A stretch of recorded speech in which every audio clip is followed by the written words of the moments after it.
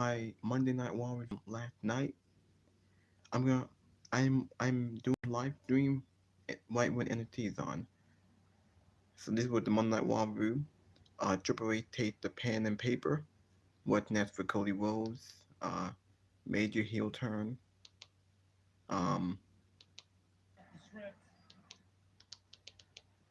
Now this is what happened during the show. Monday Night Raw was the best Raw of the entire summer. Triple H was clearly in charge tonight. We have basically had all the WWE Payback Premium Live event card built in one night. Stories are consistent. We had some great wrestling. It feels different compared to the past 7 weeks. Cody Rhodes finds himself sliding with Seth Rollins against the Judgment Day. Shinsuke Nakamura turned heel and had eye on the World Heavyweight Championship. Chad Gable won a fatal four-way that was fantastic on the show. He will now challenge Gunther for the Intercontinental Championship, hopefully at the pay-per-view. Judgment Day issues continues that Damian Priest and Finn Balor don't see eye to eye. Now they're also teasing JD Madonna to be in the Fast Lane, and it looks like the seeds are planted to kick Damian Priest out of Judgment Day. Whether he fails the cast in or he get kicked out of Judgment Day and he goes babyface. Also, LA Knight came over from SmackDown to Raw to confront The Miz. And also, we got some sad news here. Sonya Deville is injured. She torn her ACL last week on SmackDown in a tag team match. So she could be injured. Her and Chelsea have to forfeit the Women's Tag Team Championship. Man, those titles are cursed. Those titles might well get out of the company. We will go through that today. These are the news and rumors. Tribal Combat League Roman Reigns injured. Roman Reigns injured. Possible rumors of Kyrie Jane making her return. Nia Jax making her return. Goodbye Ronda Rousey. Oh my bad. Hold on. Hold on. Come on.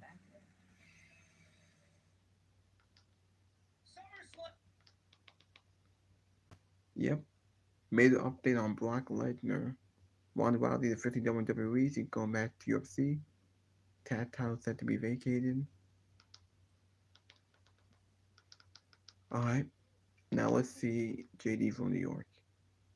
Actually, I forgot. I just want you guys to know that tonight is NXT.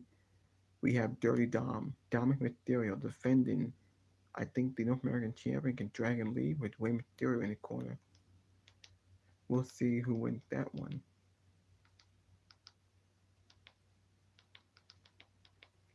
These are the matches for NXT tonight. Ali and SM at the opener. Belair versus Gabriel Jordan. Ilya Dragunov versus Trick Williams. Braun Breaker versus Von Wagner. Tiffany Stratton appeared live. And that's pretty much it for tonight. Round one. It must be a tournament.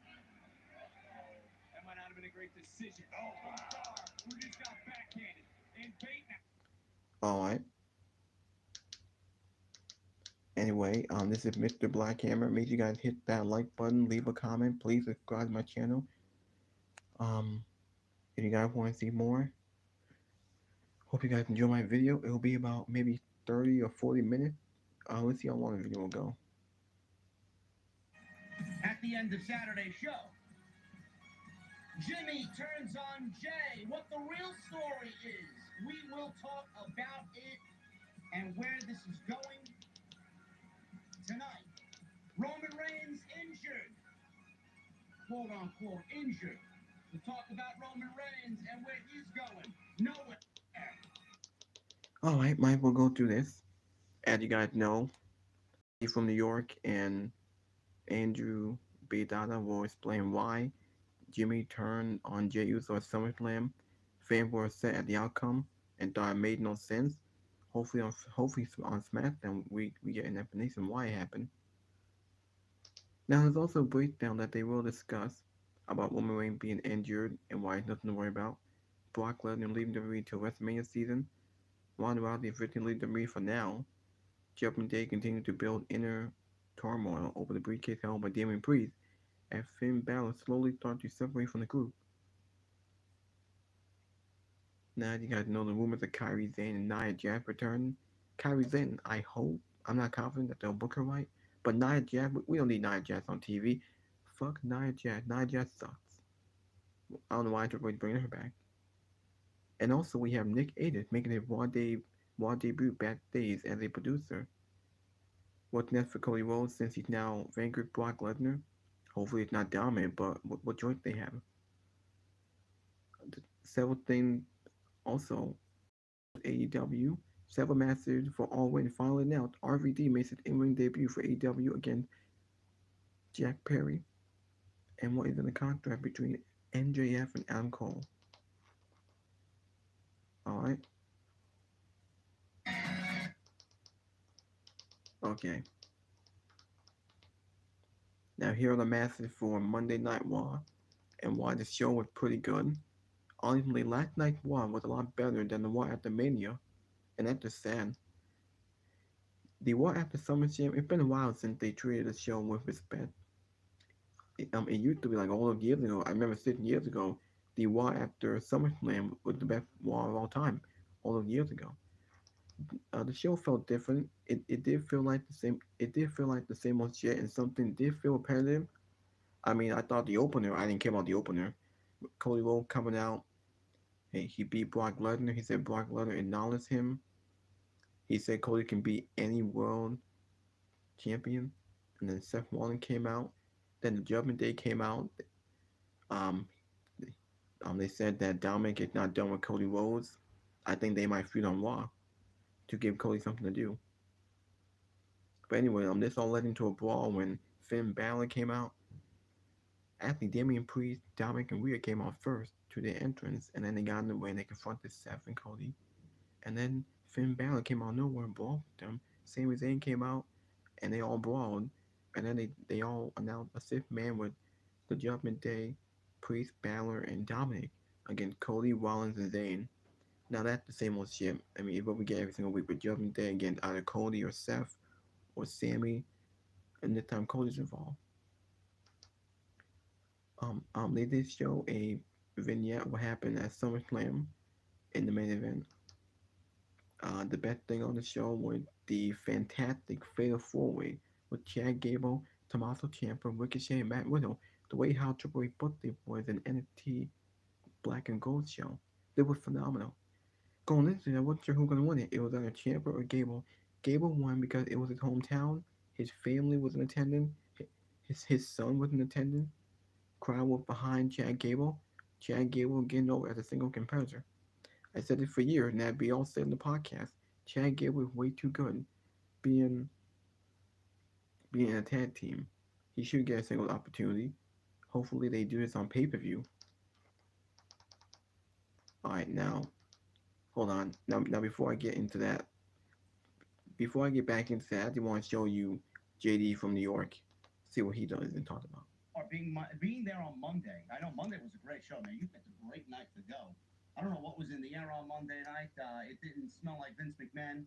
But what was your favorite takeaway from Monday Night Raw being there with, you went with the entire family or just your son? I went with my son and a buddy. Okay. And I will say that the entire takeaway was that's the most fans I've seen at the Target Center since I want to say TLC when they had the pay-per-view there. So that was nice to see. It seems like WWE continues to do really big business across the country, and the crowd was hot. They weren't sitting on their hands, and the flow of the show. I've been to so many Raws, so many SmackDowns, so many pay-per-views, premium live events that I've been blessed to go to over the past, 25, 30 years, and the flow of the show was so much better. Yeah. It just didn't, when it got to like 9:15, which is 10:15 out, East Coast time, I was kind of like, all right, like, it's 3 hours, but it's still, the first 2 hours flew by. Yeah, man. So those records that Fightful and all the other dirt sheets are reporting about WWE breaking records all over the United States in these different cities, highest grossing Raw here, highest grossing Raw there. That wasn't. That's not a fabrication. That's legit. I don't think it's a fabrication. I will say that the cost of tickets have gone up. Yeah. The cost to rent out buildings have gone significantly down. So I think that there's a lot of truth to what's happening. Okay, there you go. Ladies and gentlemen, we got a lot lined up tonight. We're going to talk SummerSlam. We got major news coming out of SummerSlam, fan reaction to what happened with Jey Uso and Jimmy Uso, Roman Reigns being injured. We'll talk about the bloodline. We'll talk about that great Monday Night Raw last night. Hopefully they can keep that up going into next week. Triple H basically set up Payback in one show. And I'll leave the floor to Mr. Andrew Baydali here. Bro, you started off. What do you want to start off with? We got a lot to get into. I'm excited to talk about this week, man, because it was a big one. Well, Yeah. I think what we need to start off with, which is the biggest trending topic right now in the pro wrestling / sports entertainment world, there's two of them. It's the Bloodline saga, right? Where do we go from here? Does this end with them all back together? The ending of SummerSlam kind of left a lot of people creatively angry. Jimmy turning on Jay. I mean, we all kind of saw it coming. I wasn't upset with it. Were you? I know you did a SummerSlam post show, but is this all leading to the Bloodline eventually getting back together and this storyline holding off until maybe WrestleMania 40, where Jimmy versus Jay? I know that's what they want. I didn't know that before I actually did my post show on Saturday. A lot of people were like, they both sat down with Ariel Helwani, and Jay said that's one of their biggest goals remaining in their careers, to wrestle each other at WrestleMania. Now, I didn't know that. So clearly we got what we got on Saturday night. You and I predicted it on Saturday afternoon that Jimmy, the only likely outcome was Jimmy returning and kind of turning on Jay. So just simply based off the fact that WWE gave us Solo Sikoa and Jey Uso. Okay, they gave us that, and that was what everybody was kind of discussing in the community about possibly being the main event for Payback, because Roman more than likely wasn't going to be at Payback. So that went out the window, and Jimmy was the only option left. So where do we go from here? I don't think we're getting a bloodline, man. I don't know how you feel about it. I don't think Jimmy is back for Roman. I don't think Jimmy is back to acknowledge Roman. I think what we saw at SummerSlam is Solo get frustrated, and that's been a couple weeks now, few weeks now that Solo's been frustrated with Roman. And I do feel like Jimmy is back for Jimmy. I do feel like there were clues thrown along the way. I seen a clip today on social media that Jimmy, right before, I think it was the second match with Sammy and KO, he blurted out, he's been the tribal chief since day one, Oos. So, I mean, I think all of them want to be the tribal chief. I think all of them really want to be the head of the table. And I think that's where they're all going. We'll get Jimmy versus Jay at Payback. And then I do think when Roman gets back, I do think that we'll get a fatal four-way at Survivor Series with all four of them in the ring battling Roman for the true head of the table. I do think Rikishi's going to get involved with the brother versus brother angle. I think that would be great. I think the family's going to start to get involved slowly but surely. But that's where I think. I don't think Jimmy is back for Roman, bro. I think Jimmy's back for Jimmy, and I think they all want a piece of that head of the table. Yeah, I think those are valid points. My biggest thing here is that a lot of people were complaining all over the internet and everywhere else that, this has been drug out. We don't need this and everything else like that. We don't know who's with Jimmy, who's with Jay. We don't know who's with Roman. We don't know if Jimmy's with Roman. We don't know who's really Solo with anymore. There's so many different angles and avenues WWE and the Bloodline can take this. Yeah. And ultimately, it could end up with them all getting back together and reigning supreme, and then maybe an eventual breakup at WrestleMania 40. Who knows? I don't know. But I will tell you that although SummerSlam's ending was predictable, it still left a lot of questions to be answered. And we all knew Roman wasn't losing that championship. I'm sorry. Everybody who thought that, and they thought that Jimmy was the guy, or Jay was the guy, or Solo's the guy, none of them are the guy. They're not the guy yet. And that's okay. We'll have to figure out where they decide to go with that. And whoever pins Roman will be that guy. So why were they upset then? They were basically upset. Wait a minute, pin Roman? They were upset because they wanted Roman to lose the championship, and they're tired of Roman being the champion. That's the only reason why they wanted it to end. Well, I can tell you this right now that, Roman's an attraction, and WWE is not going to take that championship belt title off of Roman until they deem it appropriate and necessary, and it's not the time. I mean, realistically, if The Rock, which it seems, which we're going to talk about next, I always want to throw something that I didn't put in the notes so that means you can have a conversation where we weren't, we pre-read or anything else like that. It seems like The Rock is going to be involved in WrestleMania 40 in some way, shape, or form. And will he wrestle? Who the hell knows? But that would signal to me that if it's Rock and Roman at Mania, because that's the only logical match you could have, if The Rock is going to wrestle, Roman might be dropping that World Heavyweight Undisputed Championship before WrestleMania, because that match with him and Rock does not need to have a title attached to it. No, and that actually scares me, because if we've been building Cody up for this point, and now they want to include The Rock, and The Rock wants to be back because there's no Hollywood, and there's nothing for them to do there with the actors strike and the Hollywood strike. Now, WWE may be thinking that Rock and Roman is a bigger match than Cody and Roman, and I don't want to do that to Cody. We've been building him up, building him up, building him up, only for him to have this looming shadow of The Rock now just kind of step in his way and block him from achieving what he really should be doing at WrestleMania. Is that I mean, that's obviously a possibility now. It's going to scare everybody. Well, no, I think that The Rock, listen, I know he's probably a lot of people's, favorite, wrestler back in the day, and maybe he's your favorite actor. I don't know. I will say that The Rock is going to do his best for The Rock. He's done that his whole life, his whole career, and his whole business career. If it makes sense, he'll do it. And if he gets to put over his cousin, I think he will. Yeah. I don't think the championship is going to be attached to that. And I do fear that if the Rumble is not in which it will be, a big location, stadium, football, baseball, whatever, that Cody might not win that world championship at WrestleMania 40. And it needs to be against Roman. It does. Yes. If Cody wins the championship at the Royal Rumble against Roman because of Rock interfering or something like that, so be it. I don't care. Does that, before you continue, does that diminish the story, though? I mean, does the location matter to the overall Cody finishing the story? Because I know WrestleMania is like the greatest background, the picture-perfect background for Cody Rhodes. If it happens at the Rumble, does it take away from that moment a little bit? I mean, listen, I think for me, this is me talking, me booking. I would have liked to have The Rock and Roman face off at Hollywood last year. Yeah. Or this past WrestleMania. I think it's too little too late now because I think everybody wants Roman and Cody. Yeah. Now they can do that at the Royal Rumble because that'll sell a boatload of tickets. How we get there, I don't know. I'd like to see it, but Cody is a Raw star. And does it diminish? No. If it happens at the Rumble, so be it. I mean, if it happened at SummerSlam, would it have diminished it? No. It wouldn't have. If Cody took on Roman at this year's SummerSlam, I thought that was the way to go too, and they didn't. Yeah. So if they do end up doing Rock and Roman, which it seems like that's the match, and it seems like The Rock just doesn't talk out of his ass. It seems like he is going to be involved in WrestleMania 40. And it was interesting that he had to drop that sort of news, that interview, during SummerSlam weekend for me.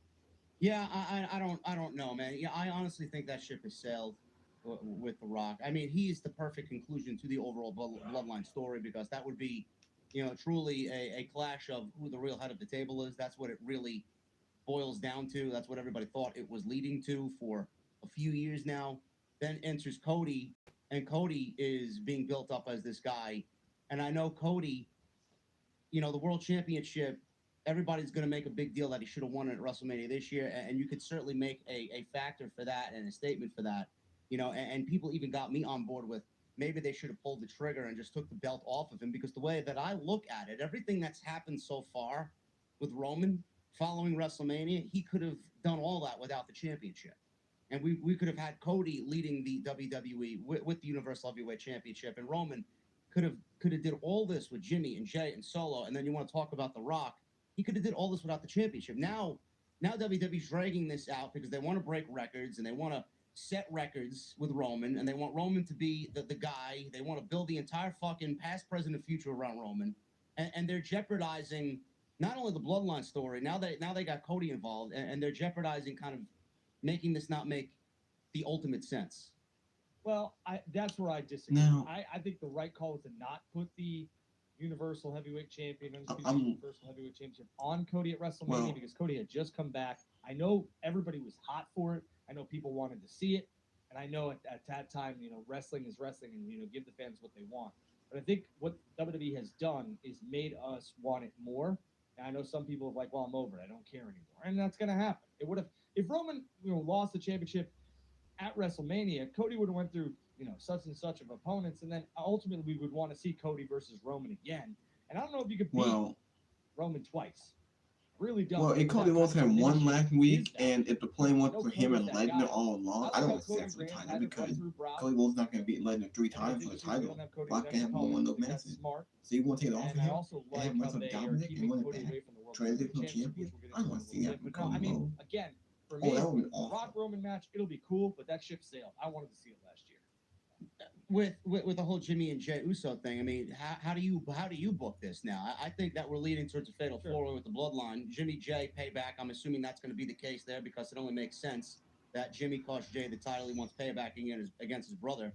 then we get this WrestleVotes tweet that went out literally an hour ago saying that some certain people in WWE, want to drag this out to WrestleMania 40 and have Jimmy versus Jay at WrestleMania. That would be 35 weeks, Drew. I don't know if people have the patience for another 35 weeks, but if you look at it on the flip side, Roman's going to WrestleMania anyways, the world champion, so why not have Jimmy and Jay Uso tag along for the next 35 weeks? Is it that out of a realm of possibility for them to do that? No. I'm not going to sit here and tell you that I don't trust Paul Heyman and the people that are running this storyline because, I mean, if there's one thing that we shouldn't do, it's doubt Paul Heyman. I don't necessarily agree that we're in the bottom of the third because Roman said that at WrestleMania that they were in the bottom of the third. I mean, how didn't they get out of a fucking inning? I don't really understand that. But I don't really want to see this go with Jimmy and Jay to WrestleMania. Roman, I understand, but the brothers, bro, I don't know if I can handle the 35 weeks of that. Well, I'll say this. I think Roman will get to the Royal Rumble as your undisputed Universal Heavyweight Champion. I don't know if he gets to Mania. It would seem that's where we're headed. And I think that it's easy to sit here. I could book this really quick. It's very simple, in my opinion. I don't know if you have the match at Payback. I really don't. I think maybe you have, Jimmy versus Jay versus Solo. The singles match, I think, needs to be saved. I'll say I don't know how we get to Fastlane without Roman being involved. So I'm gonna have to pause on that. And then it's Survivor Series. You have Team Jimmy versus Team Jay in a War Games match. And then you have to go through some other months. If I trust anybody, it's Heyman, Roman Reigns, Michael Hayes to get us to where we need to get to with Jimmy and Jay kind of rebuilding or rekindling that feud up until WrestleMania 40. 35 weeks is a long time, especially if none of them are taking some time off besides Roman. So they got their work cut out for them, and we don't know. I know it's their goal, brother versus brother, but maybe it doesn't happen. I mean, everyone's got goals. I'm sure Cody wanted to win the World Championship at WrestleMania. It happened. So I do feel like all of this is leading to Roman. The whole picture that I painted myself after I had a little downtime to think about what we saw at SummerSlam, I do think that Roman is going to actually end up on the island of relevancy, quote unquote, all by himself. Because if you remember, I don't know when it was before WrestleMania, but Cody was in the ring with Roman, and he said directly to Roman that one day, sooner rather than later, you're going to end up on the island of relevancy all by yourself. And Sammy's been saying that too. When the time comes, Roman is not going to have his island, with his brothers, with his cousins, and Solo and Paul Heyman. They're all going to be gone. He's going to be facing, whatever he has to face by himself. I do think that's where we're going. Roman is going to be the one in the end to kill the bloodline, and he's going to have nobody to blame but himself. That's the story. His greed, his jealousy, his ego, all of it's going to diminish the bloodline, and then in the end, he's going to lose everything because of himself. Yeah, and it seems as if, I'm looking right now, I think Roman's championship reign right now is currently at 1,072 days. And what is Hogan's? Like 1,400? 1,400 something, 14 something, 1,450.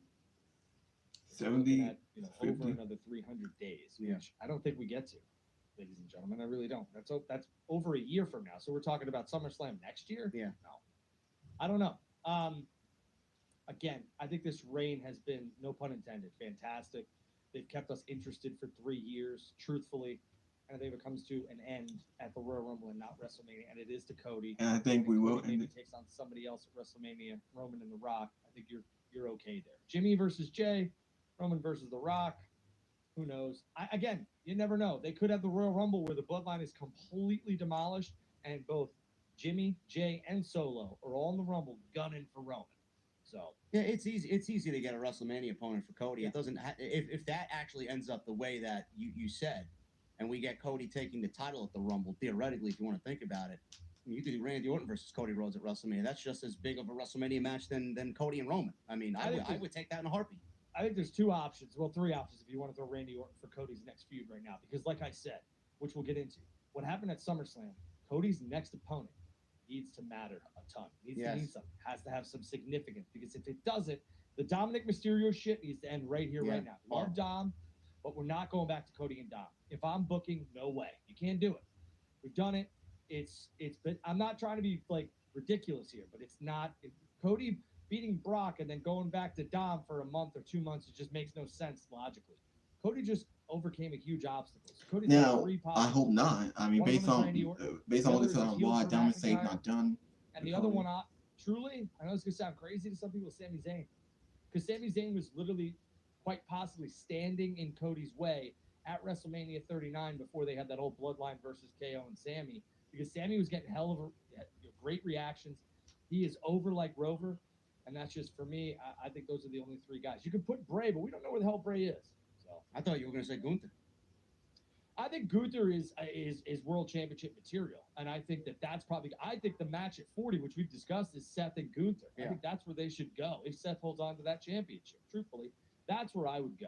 Cody and Gunther wouldn't bother me at all. Seems like Gunther's going to be in a program with Chad Gable for at least 2 months. I'll have to see what happens there. But and Sammy's not injured, guys. That's a Versa sack.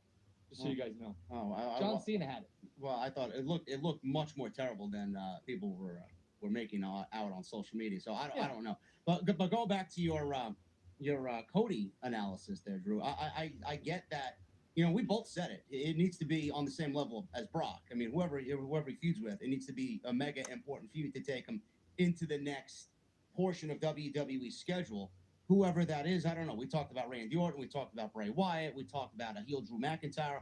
All those are solid names. But if none of those names come forward, what about him and Seth kind of joining forces for the time being? Oh, come on now. Hey, enough with these commercials. What really gets me about The poison of Monday Night Raw, they should really be joining forces to get rid of the most powerful group on Monday Night Raw for the greater good, no? Well, then I think KO and Sami need to drop those tag titles to Priest and Dom or Priest and Finn. Then you could have that eventual split where maybe you have Cody and Seth winning the tag titles. That's fine by me. Yeah. That gives Cody some significantly good programming and feuds for the next 2 months. Then we head to Survivor Series and we go from there. Again, don't hate it. The only problem here is that briefcase, which I think JD McDonough said very well, it's looming large here in Judgment Day. And I thought for a second that maybe Priest was going to cash in last night. And, maybe we had that. They like to kick, SummerSlam. They like to do things with a bang, the Raw after SummerSlam, SmackDown. So I thought that was a possibility. But I think it's interesting that JD McDonough is talking about that briefcase looming large because it is. And it's, that's something that I think the Judgment Day needs to get out of the way before we even start talking about Cody and Seth taking on, the Judgment Day for, tag titles or anything else like that, truthfully. That handshake with Brock Lesnar, do you believe that it was unplanned? No, fuck no. No way. That was the dumbest thing circulating on the IWC. I don't know who reported that. I don't want to throw names out there, but that reeks of a Vince McMahon fucking thing if I ever seen one. And I don't want to say that to piss people off. Oh, JD's talking about McMahon again. But I mean, bro, it's typical Vince McMahon blue collar babyface 1-on-1. If it was unplanned, bro, Cody didn't know about it, but absolutely Vince told Brock to go out there and do that. Yeah, listen, I think Brock was going to do that at the end of the match. It's basically Brock saying, hey, Cody said that his mom said he acknowledged him, which was interesting. I was like, oh, here we go with the Roman stuff. So they gave you a little bit of a tease there, too. No one talks about long-term booking in WWE. There's another tease. I think Brock and that Cody Rhodes spot was planned. Brock is headed away for a while, which is good. The man worked his balls off from WrestleMania 39 all the way through SummerSlam. In terms of appearances and pay-per-views and premium live events, whatever we're calling them. So good for him. Let him come back at the Rumble. We'll see what happens. So for me, it was planned and it was the right thing to do. It gave Cody that little extra spice that he needed.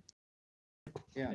So it worked. He vanquished the gatekeeper. Brock is the gatekeeper. He got the endorsement from the fucking final boss in WWE, and now he's on his way. That's all that was. That's all that signified. Well, you gotta go through. He lost to Roman. Yeah. Right? He being Cody. So you have to go through some other major main event players to get back to that mountaintop. Brock is one of them. And Brock is somebody who Cody wanted to work with. He is one of his, I don't want to say idols, but he's somebody that he really, really mentor. It's just somebody that he really enjoys and somebody who he looks up to. So I think that was a program that Cody really wanted to sink his teeth into and really wanted to happen. And my notes on that match, Brock sold his balls off. Cody and Brock told a fantastic story. Yeah, it's amazing. I said the same thing, man. A lot of people didn't like the match because it was just over the top babyface. But Cody Rhodes, a lot of people are saying Cody Rhodes is being built up into John Cena 2.0. I could see it. I could see why that would upset people. But at the same time, I'm like you. I'm looking at Brock and looking at him working on Saturday night. I'm like, Brock is really into this. And when Brock is really into it, you know for a fact he's going to fucking get this guy over. You don't see that from Brock a lot. A lot of people think Brock is lazy. But when he goes in there, and we said this last week, bro, when he goes in there and wants to work, he's going to fucking work his ass off if he likes you. Right. And again, I think Brock came out and really showed the world why he is one of the best elite performers out there. Cody also. I mean, Cody, listen, Brock Lesnar could have, and he did at times, throw Cody around like a rag. Yeah. And Cody sat there and took all of that beating. And yeah, it's Babyface 101, but it's a great story. It really is. It was a great match. And Brock Lesnar is not known for being Bret Hart, Kurt Angle, Taker, Triple H, Shawn Michaels-esque with his ring generalness. Mm-hmm. But I will tell you right then and there, that's like the 4th or 5th time Brock has had a picture-perfect match. You need to have an opponent with somebody else, and that somebody else is Cody Rhodes. You know what else I liked about that? The fact that everybody, including us, me definitely, because I talked about it for weeks, saying that this match needed a stipulation. It needed to stand on its own. It needed to be different from the other two. Bro, they made us look wrong because they went out there thinking that we needed to see a stipulation for that match, and they worked a match, and at the end of that, it didn't need a stipulation at all. That's how good they were. No, what we were talking about, there were 2 things we were talking about. One was unfortunate, Brock Shorts. Yeah. And the other one was the handshake. So, I mean, think about that. I mean, and listen, Brock Lesnar looks like a cartoon character. He looks like an animal. He's the beast, and he looked like it. And I think him and Cody put on a hell of a show in Detroit. Brock did great business, and so did Cody. So I'll flip it to you here. Are you upset, concerned that Brock's not going to be back until Mania, or you think it's probably what's best? No, it's probably what's best. I mean, who else is left for him to get in the ring with and really build intrigue from the fans? I mean, there really isn't anybody, honestly, on my radar but Gunther. And I mentioned that might happen at 40 instead of Gunther, taking on Seth. Possibly. That match is, Possibly, I would not want to rush Gunther to a world championship. I mean, I want it to be the right time, the right place. I want somebody whoever's going to beat Seth. I feel like it's got to be somebody very, very credible. Whether that's Cody or somebody else on Raw, whether it's Gunther, I don't know. But I wouldn't mind seeing that at WrestleMania because I don't know how many years Brock has left in him, and we need to get those types of matches out before he does leave. The other one that I mentioned, it's funny that you mentioned this because I did a video on it earlier. Gunther was one. And possibly, if you want to build somebody up and put somebody on the map quickly, how about a Braun Breaker? Good. I mean, there really isn't anybody else. The wild card here, it might be out of the realm of possibility because of his age, but he's still doing great work. Is Edge? I think that would be a fantastic WrestleMania match, and I don't know what Adam Copeland wants before he goes away himself. All right, let's stop there for a second, okay? Because I think Brock will have his retirement match at WrestleMania if he wants to retire. Yeah. At WrestleMania 41 right here in Minneapolis, Yeah. Minnesota. But if he wants to retire, again, something that's not on the notes here, but I do want to touch on it. Adam Copeland Edge seems to be winding down his WWE career, his WWE contract since his return. I want you to give me one opponent that you can have him, whoever it is, to take on Edge, Adam Copeland, in his final match here in WWE, because it doesn't seem like Edge will be back. And part 2 of that question is, if he would come back, would it be a miss? Do you think Edge just needs to go away? No, I don't want Edge to. I don't want foolishly, selfishly. I don't want Edge to go away at all. I wish he'd stay another 2-3 years, to be quite honest with you. But again, just like Brock, who else is there for him to work with at a high level? I mean, and he never won that championship. And I would love to see Edge get a nice 2-3 month run with the championship. I think he's earned it. I think he's deserved it. It was the reason why he came back. So he hasn't really gotten there yet. But if I was to choose one opponent for him to retire against, out of the current crop of guys, I'm going to say one or the other. Either Randy Orton, and we've seen it, or John Cena. And I know John Cena looked a little rough around the edges against Austin Theory at WrestleMania. But I think if John Cena really wants to get back into ring shape and really get in there and give Edge his final match, to me, John Cena is Edge's greatest rival. Honestly. Yeah, I would agree with you there. I think, there's a lot of guys that it won't happen. Yeah. Punk, RVD, not going to happen. Yeah. But I agree with you. I think it's Edge, Cena, Edge, Mysterio, which we kind of already saw already, or Edge and Orton. I'm with you. I mean, Edge and Angle isn't happening, and Edge and Christian isn't happening. So, why not? I don't hate that at all. Another one of his great feuds was Taker, not going to happen. So, yeah, they're all gone.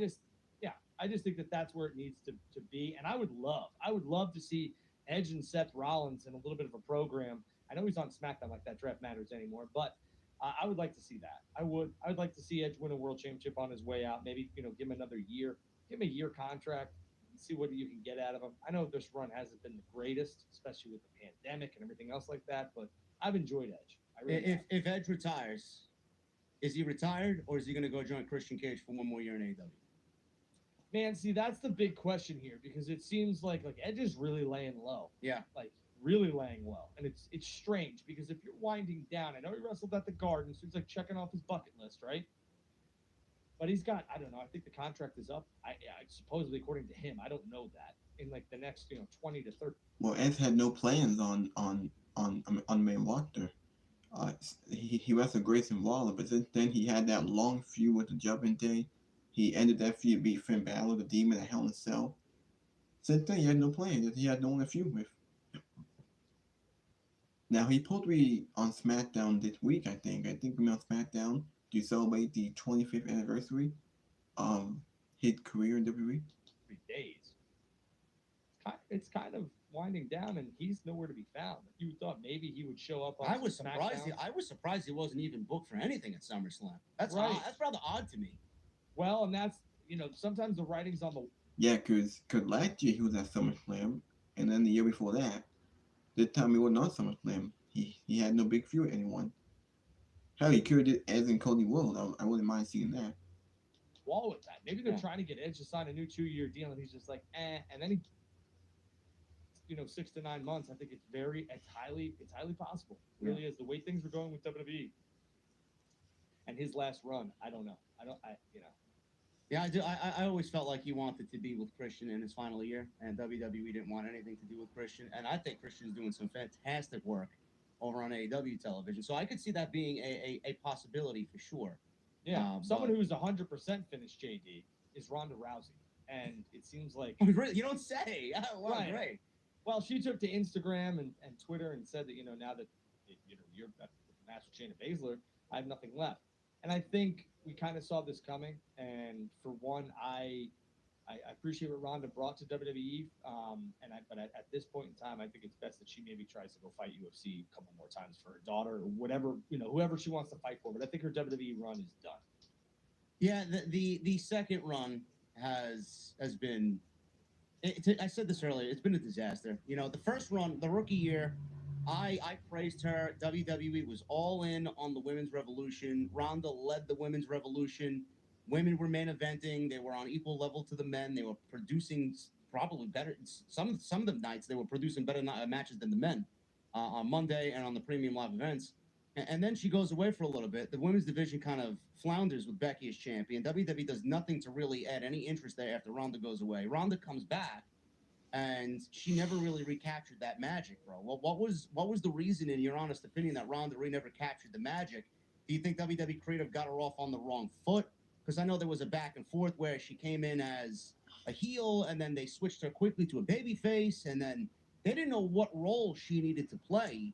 And I think at that point, when Ronda came in, the division was just kind of set the way WWE typically wants their women's division. And no matter what Ronda did, it was not going to change anything.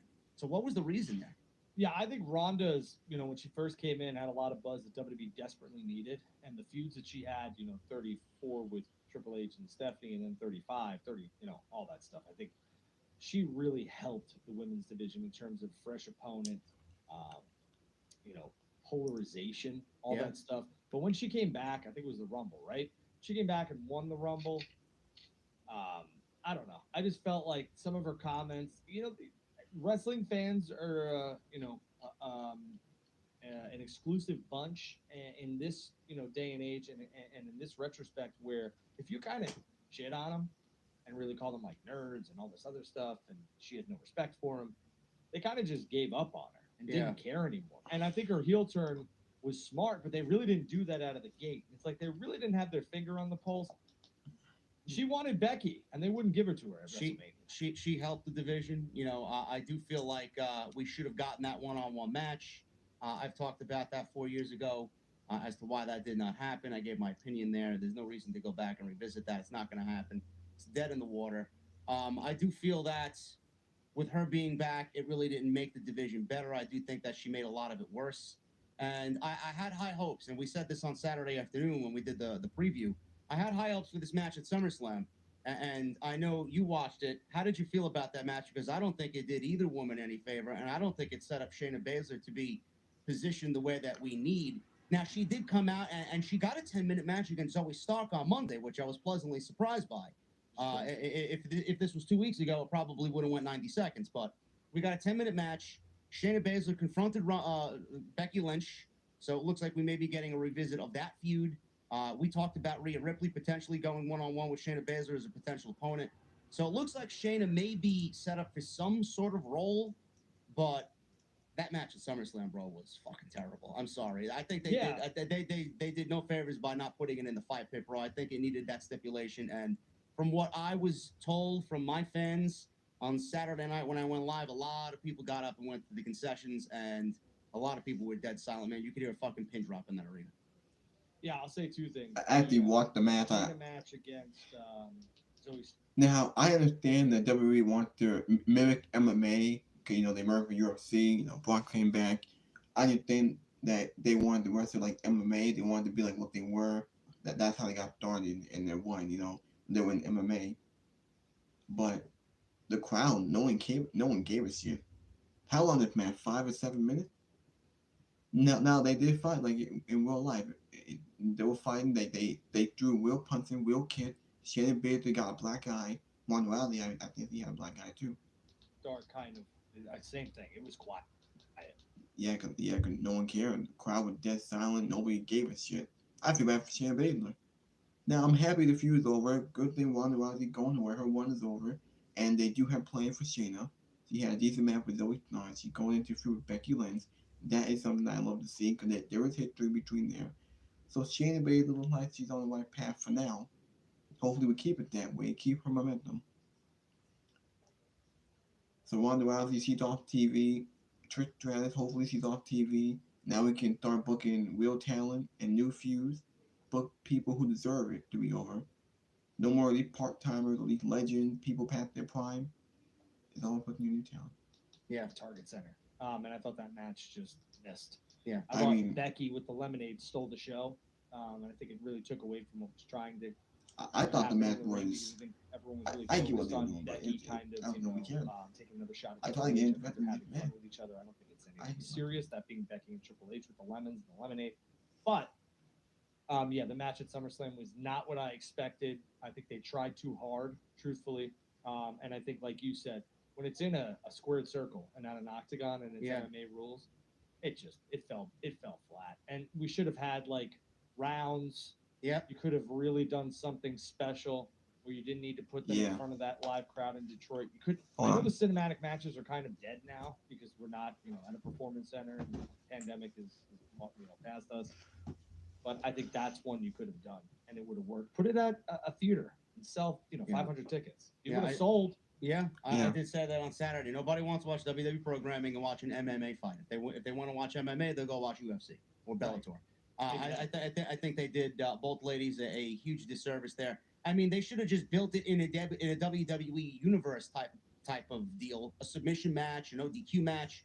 Fight pit would have been perfect. It would have fit the WWE element, but I mean, how long did they get, bro? What they get, like 5 minutes, 6 minutes? I mean, it was barely anything to even reach into the next gear and kind of get the crowd into it. They were given no time to even begin with.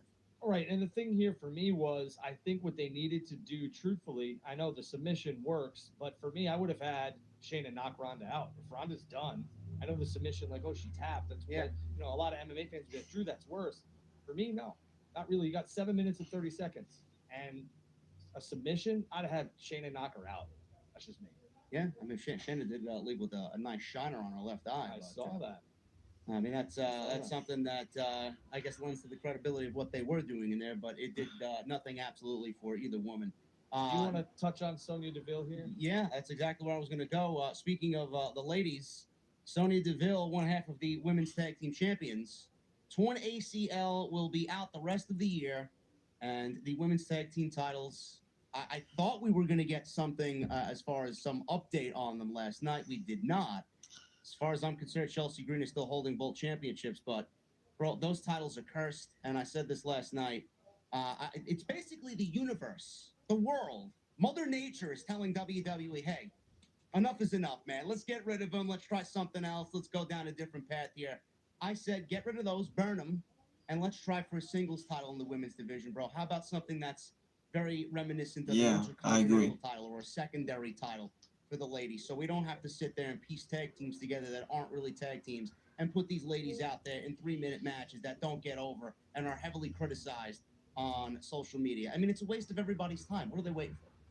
Yeah, I've been calling for the women's tag team championships to be removed for I don't know over a year now. Yeah. I think you're going to get an update soon on those tag team championships, so just stay tuned. WWE socials, maybe Friday Night SmackDown, we'll have that as well. Not tomorrow, but for me, and I say that again, for me, I would get rid of the tag team championships and just have a secondary women's title that's allowed to compete on both brands. Yeah. Easy. It's a simple solution. Get something like the IC title, have it float between both shows.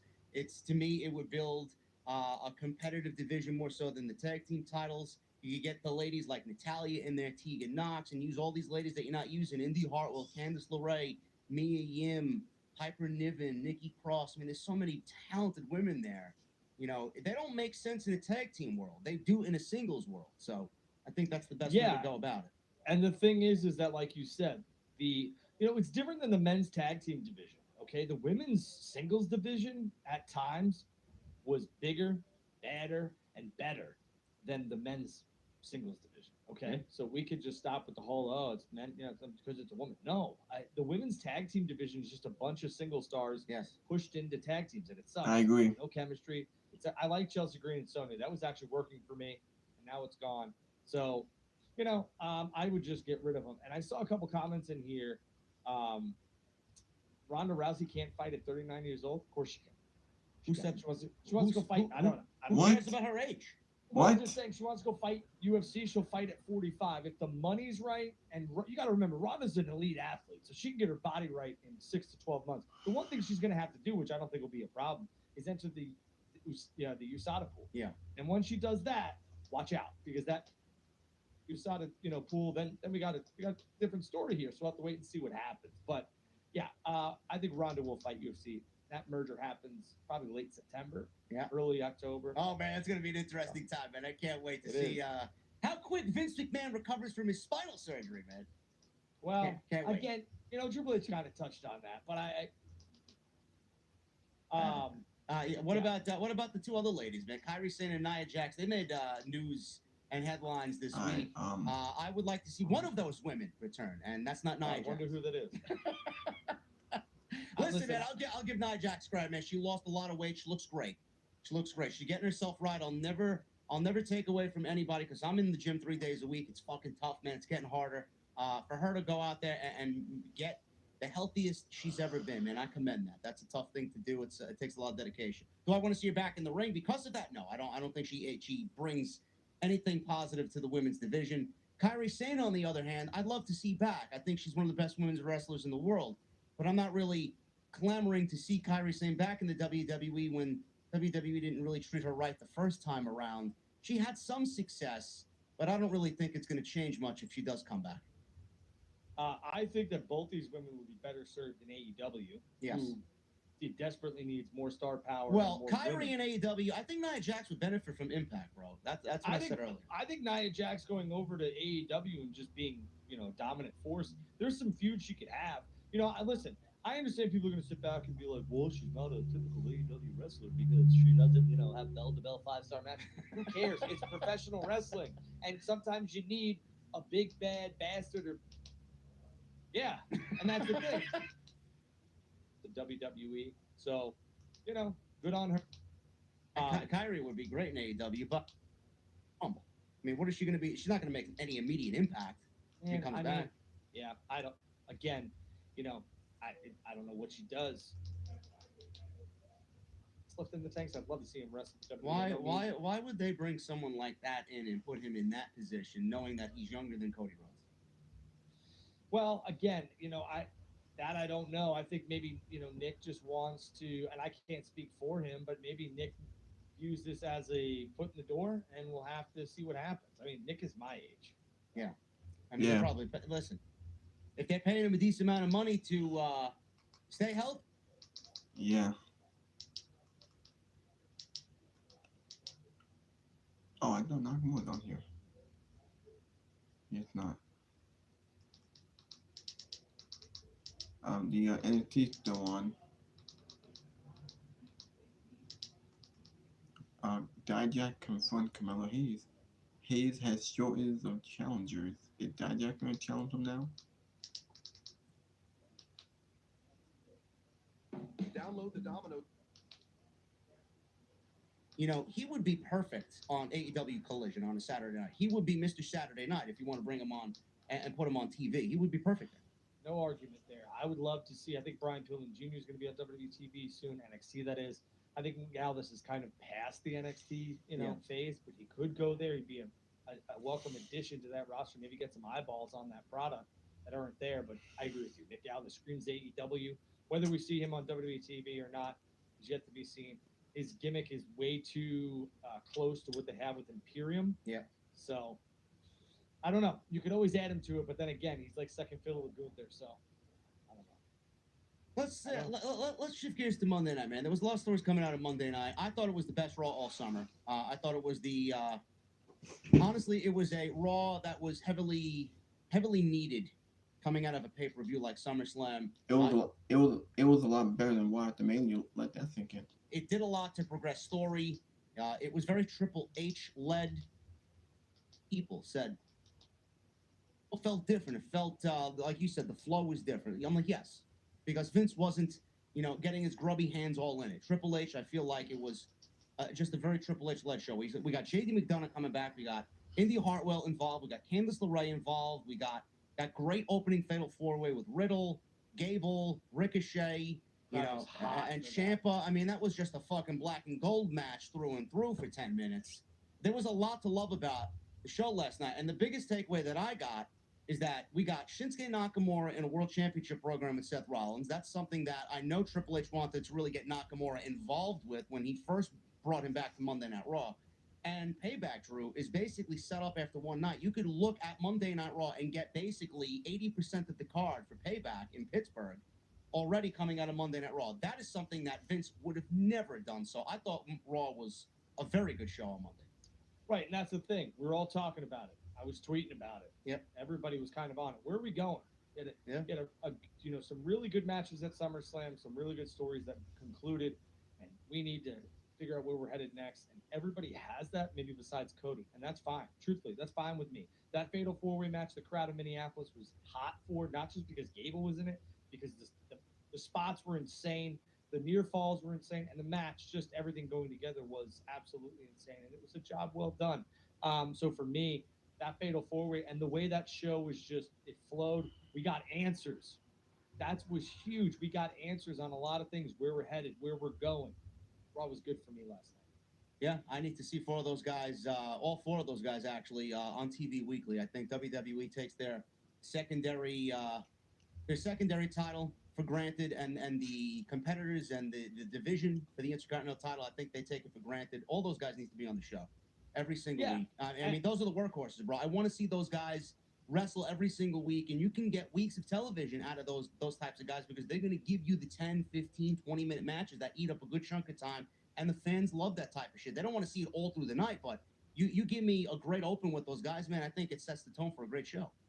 Majority of the fans dig that, and what that will do is show the younger audience that these guys and or girls, if that happens, can work really well, and it's not all about the entertainment and everything else like that. WWE is a very good combination of all aspects in entertainment. It's in their name. So, but everything happens within that squared circle, and those four guys killed it.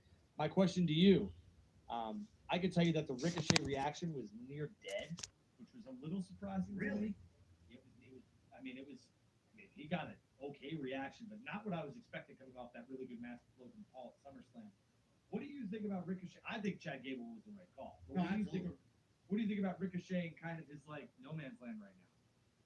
I don't know. I mean, you have a better perspective than me because you were there. You got a first-hand experience. I didn't really I guess if I'm being honest with you, I didn't really pay attention to it because I was just so fixated on Gable. Because I've been preaching Gable for the last couple of weeks. I'm like, Gable's the guy. If you want to talk about who's going to take down Gunther, and he's staying on Monday night, we're not going to dip into the SmackDown side of things. Sheamus would be great, but I don't think that's going on, and I don't think they're going to move Sheamus over to Monday Night Raw. I know he's been hinting about it. Let me save the Honky Tonk Man. Let's save the Honky Tonk Man's record. That record is good as gone. But if you want one guy to take Gunther down, have the match happen at Payback. Have Gunther win by cheating or Imperium interfering, and we get this match going into Fastlane. Gunther breaks the record, and Gable ends the reign. I think that would be great. Out of everybody on Monday Night Raw, I think he's the top guy right now. I'm glad that WWE is pushing him into a singles role. I think it's been something that has been long overdue. There are other guys. I'd like to see Ciampa do it, but he's cold. You know, Ciampa is great. I mean, he's the greatest NXT champion that there was. Yeah. He's cold right now. Riddle's There's cold. a reason for that, though. Ricochet's cold. Johnny Gargano would be great, but he's not on TV. So who are we left with? Gable is by default the best choice. I think, you know, with Ciampa, I think the match was going to be Sammy and KO taking on Ciampa and Gargano. And Gargano, we just didn't get it because, you know, KO's Reasons. hurt. Yeah, right. Well, KO's hurt. Yeah. So, I mean, you know, that's that. You know, that match, the KO and Sammy could have also had a feud with the Judgment Day, Dom and Priest at SummerSlam. That didn't happen either. I mean, Damian Priest and Dominic Mysterio were off SummerSlam. So there's a lot of talent that wasn't working. Same thing I with agree Wheel. with you. The thing with Ricochet is I think that Ricochet has always kind of felt flat to me. Great in-ring performer, but that's where it kind of stops. Again, has Gunther ever won a match? You know, you booked it. You said that, you know, Gunther wins by cheating at Payback, and then we get the, you know, the rematch at Fastlane, and then, you know, Gable goes over, which is fine by me. Gable is a hell of a worker. But has Gunther ever won? Does the ring general cheat? No. All right, so then that's not going to happen. Yeah. I mean, he'll do it to his guys to help his guys win, but, you know, I guess he doesn't really want it done for him. Is the type of deal that he's got going on there. Right. I mean, they're not opposed to cheating. I mean, they're fucking heels. They're gonna cheat. But yeah, I could see it being a little ridiculous if the ring general is gonna go into this thing and, you know, disrespect the ring and do all this other shit when it should be sacred. And cheating is not really lending himself to living up to his credo, you know. No, and again, you know, last night started off hot with Cody, and that match kept, you know, Cody and then the other, you know, Judgment Day and Sammy and Seth, but then that match just kept it hot. And I think, you know, Gable, I knew it was everyone knows it's his hometown, majority did, but I mean, realistically, like, he should have won whether that was in Topeka, you know. Yeah. I mean, that's just the way they should have went. And I will say that, you know, Gable and that LA Knight Miz segment were the two hottest things on Monday Night Raw. I guess we'll talk about that. I want to talk about Nakamura too, because that was an interesting situation and a turn of events there. We'll start with LA Knight. They didn't give us any reason as to why. I don't know if they said something in the arena or off of TV, but they didn't give a reason as to why he was there, being a SmackDown guy. So He was doing a photo shoot. They didn't show you that? yeah, they showed us that, but they didn't really acknowledge why he was there. Right. You know, outside that, you know, draft rules be damned. I guess we don't really care anymore. But I have to call it out because it is a little ridiculous. But LA Knight, I said this, Drew, on my post show last night. You know, there are gatekeepers in WWE. Lesnar being one of them. You know, when someone gets called up from NXT, it's usually one of three guys that WWE puts these rookies in the ring with. One of them is The Miz, Baron Corbin, Dolph Ziggler. You know, these are the gatekeepers for the main roster to get your feet wet before they move you to the next level or to test you to see if you're good enough. You know, the Miz segment last night was great. Don't get me wrong.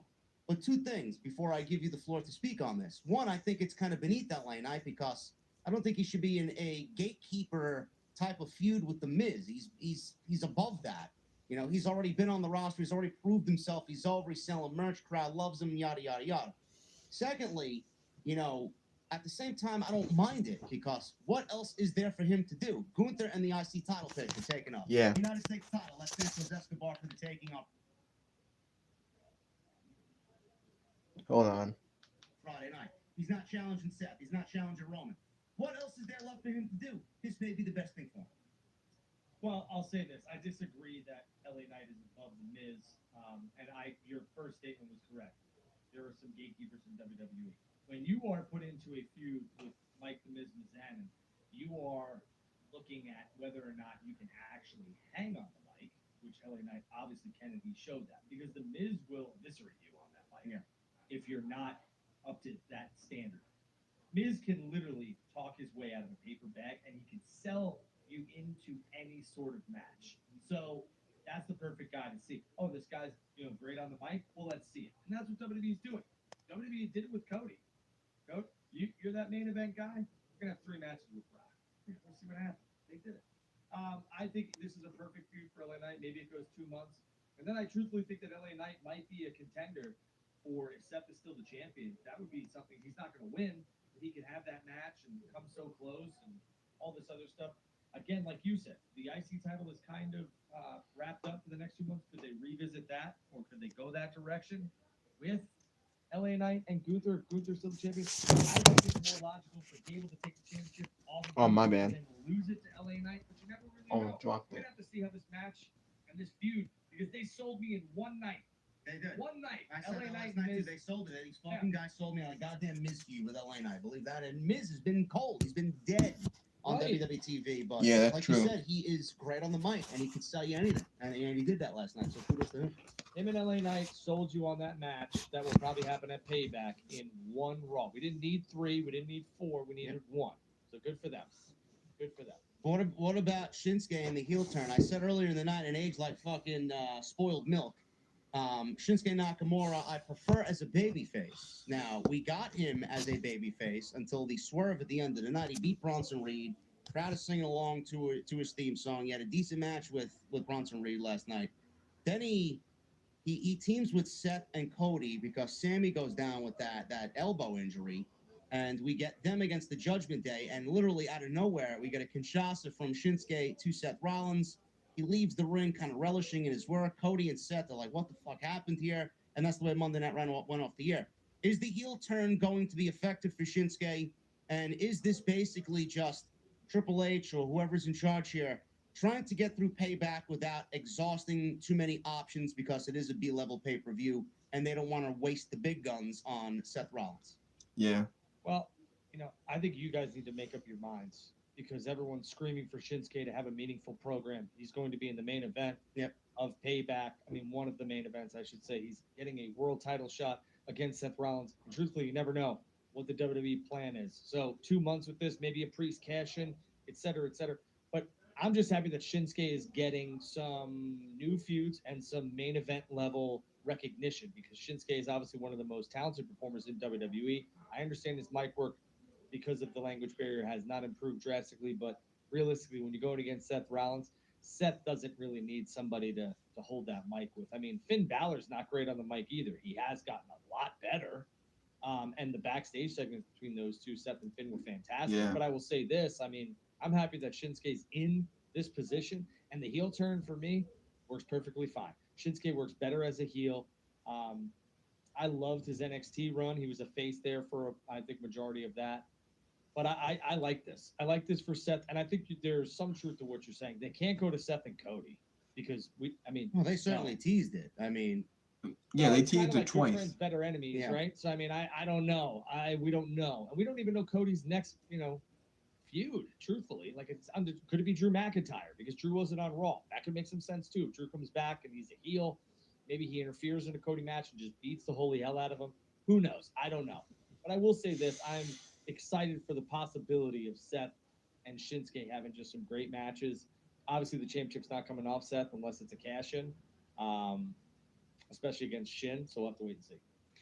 that Bursasac injury from Sami Zayn, or for Sami Zayn, not as serious as people are speculating that it is.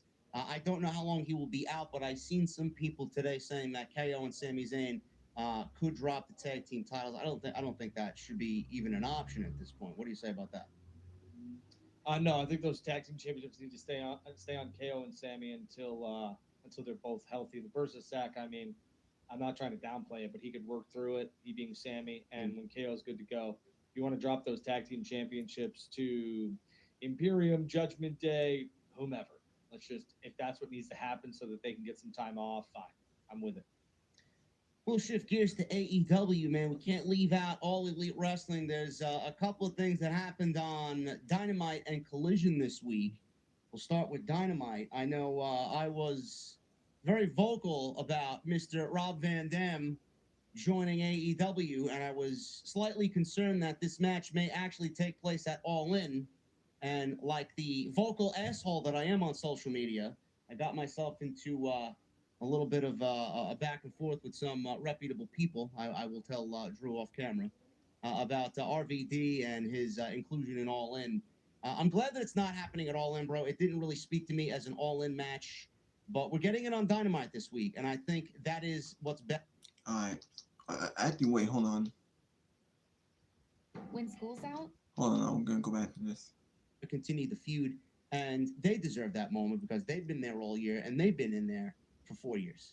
So what I think is eventually going to happen at All In is Jack Perry and Hook. I think Taz is in Hook's corner. Yeah. Because that's like the EC. I mean, when you think of ECW, there's only a couple people you really think of, in my opinion. RVD, Taz, Jerry Lynn, Tommy Dreamer, the Dudleys, and we could, that's pretty much it for. All right. Might as well get back to Monday Night Raw since they already went to Monday Night Raw. Okay, so I think I was talking about this. Yep, I was on this. Now let's get back into my review of Monday Night Raw. Since JD, New York, and Andrew already talked about it, and now it's my turn. So I did talk about that. Chad Gable won a fantastic fatal 4-way. He's next in line for Gunther's IC title. Hopefully he's on the pay-per-view Payback. That's a nice filler for Gunther. I think they'll have a couple matches. And then here we go. That was the segment with Finn Balor, JD McDonough. They're teasing JD McDonough to be in Judgment Day. They may kick out Damian Priest, and he might come babyface. Maybe he'll fail Cassidy and then they kick him out. I don't know. But this is long-term booking, and they're telling a wonderful story here with Judgment Day. Maybe Balor leave Judgment Day and go with JD McDonough. I don't think that'll make any sense. Then Balor better off in the group. Maybe JD McDonough will be the next member of Judgment Day, and we get 5 people, and then they tell a story where Balor don't trust Priest, and they might kick out Damian Priest. I thought the 7 was fantastic. We really got involved. Which was also pretty good. Well, as I said, we did get a decent 7 with Becky Lynch, Zoe, and Shayna Baszler. Now, next week, Becky Lynch will face Trish Stratus in the main event, and that will be the blow-off for the feud. Hopefully, we end that feud. No more Trish Stratus and get her off TV. Zoe Stark will be by herself. She ain't gonna do anything by herself. She ain't gonna last that long. Zoe Stark can benefit nothing being with Trish Stratus. It really downgraded her on the main roster. But I'm looking forward to Becky and Shayna that they said no, that's good. Shayna Baszler wrestled her like in 10 minutes. Pretty good match. We did get the backstage segment. Same thing, trying to get Cody Rhodes and Seth Rollins on the same team, on the same page here. And as they said, LA Knight and The Miz had a great promo. It may be a gatekeeper, maybe it's on the pay-per-view, I don't know. Or maybe they put a one and done. Now, is LA Knight going to be on SmackDown, or is he going to be on Raw? I don't know. I guess we'll wait until SmackDown. Now, if you're going to be on SmackDown, then he should win the United States title and then feud with The Miz. But if not, then he's going to be on Raw. Maybe LA Knight will be one of those top heels to face Seth Rollins for the World Heavyweight title. Maybe.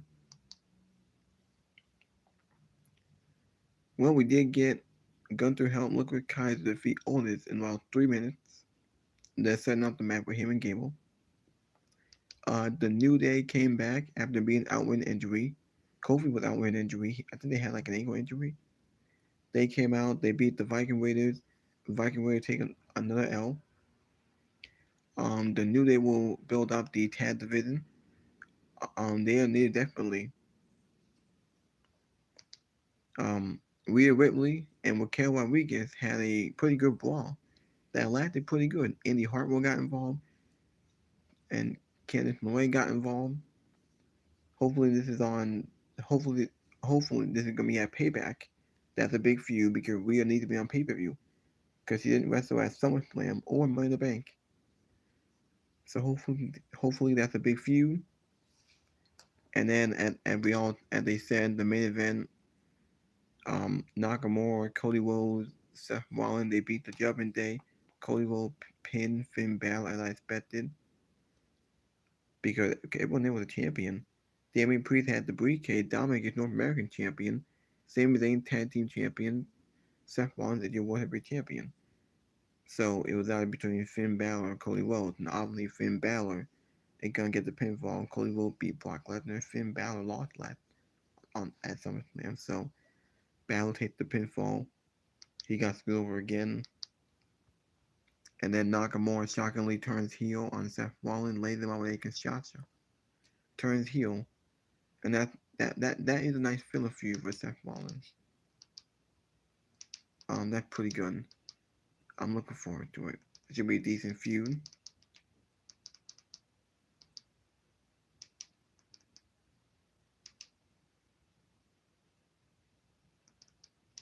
Um,